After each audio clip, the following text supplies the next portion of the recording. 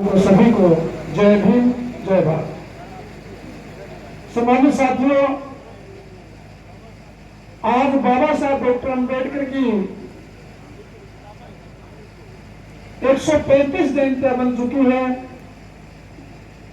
क्योंकि बाबा साहब डॉक्टर अंबेडकर का जन्म 14 अप्रैल 1891 को हुआ और 14 अप्रैल 1891 से लेकर के आज 2026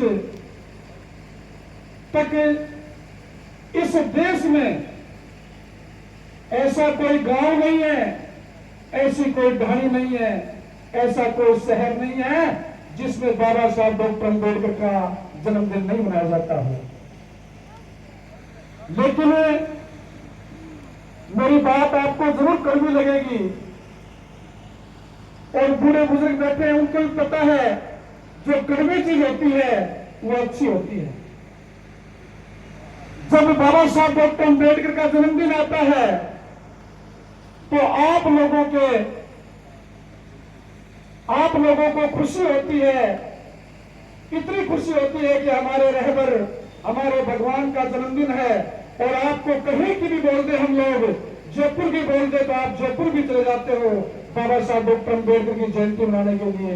लेकिन साथियों, जब मैंने बता दिया 135 जयंती आप लोगों ने मना चुके, लेकिन बाबा साहब डॉक्टर अंबेडकर ने 1891 से लेकर के और 1956 तक बाबा साहब डॉक्टर अंबेडकर जिन्होंने आपके लिए संघर्ष करके गए, जितने भी गरीब किसान मजदूर वंचित शोषित पीड़ित लोगों के लिए बाबा साहब डॉक्टर अंबेडकर ने जो हक और अधिकार दिलाए, और जाते जाते बाबा साहब ने कहा 1956 में जाने से पहले कहा कि हे मेरे बहुजन समाज के लोगों, मैं आपके लिए, मैंने बहुत कठिनाइयों का सामना करके आपके लिए मैंने बहुत अधिकार और हक लेकर के दिए हैं।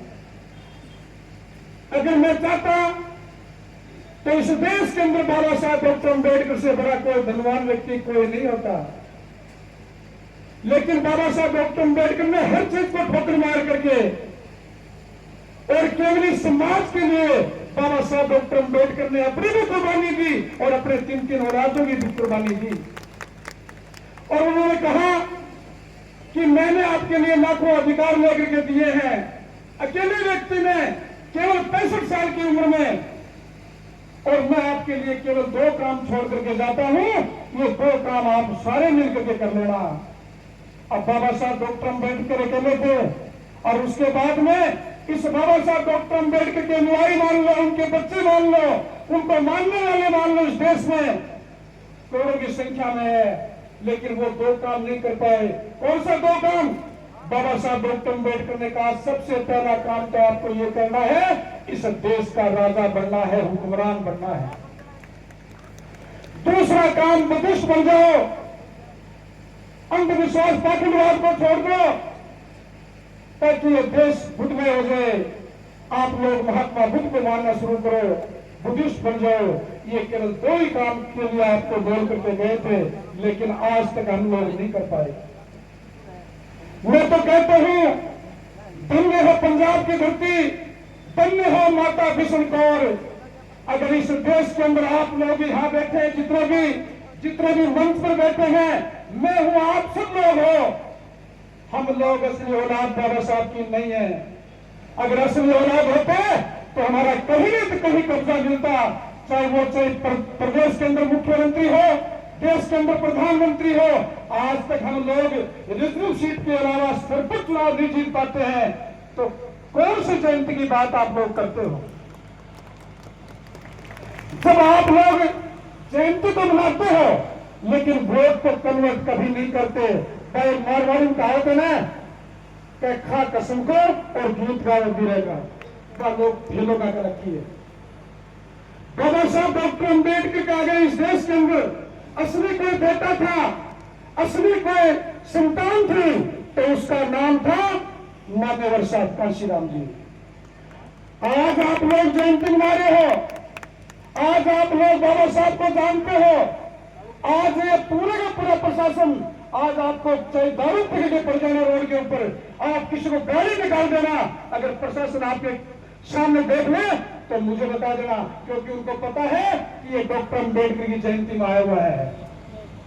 ये ताकत बाबा साहब डॉक्टर अम्बेडकर आपको देकर के चले गए। और माननीय साहब काशीराम जी ने, अब मैं आपको क्या बताऊं कि माननीय साहब काशीराम जी ने केवल एक किताब पढ़ी थी। आप लोग तो बार बार आकर के हमारी बातें सुनते हो बाबा साहब के बारे में, और साहब काशीराम जी ने तो मात्र एक किताब पढ़ी थी, एलिवेशन ऑफ कास्ट, और पूरी रात पढ़ता रहा। बाबा साहब की जो किताब है उस किताब को पूरी रात पढ़ता रहा, और उस किताब में केवल एक बात बाबा साहब माननीय साहब काशीराम जी के दिमाग में बैठ गई। उस किताब में लिखा है कि सत्ता वो मास्टर चाबी है जिससे सारे दरवाजों के ताले खोले जाते हैं।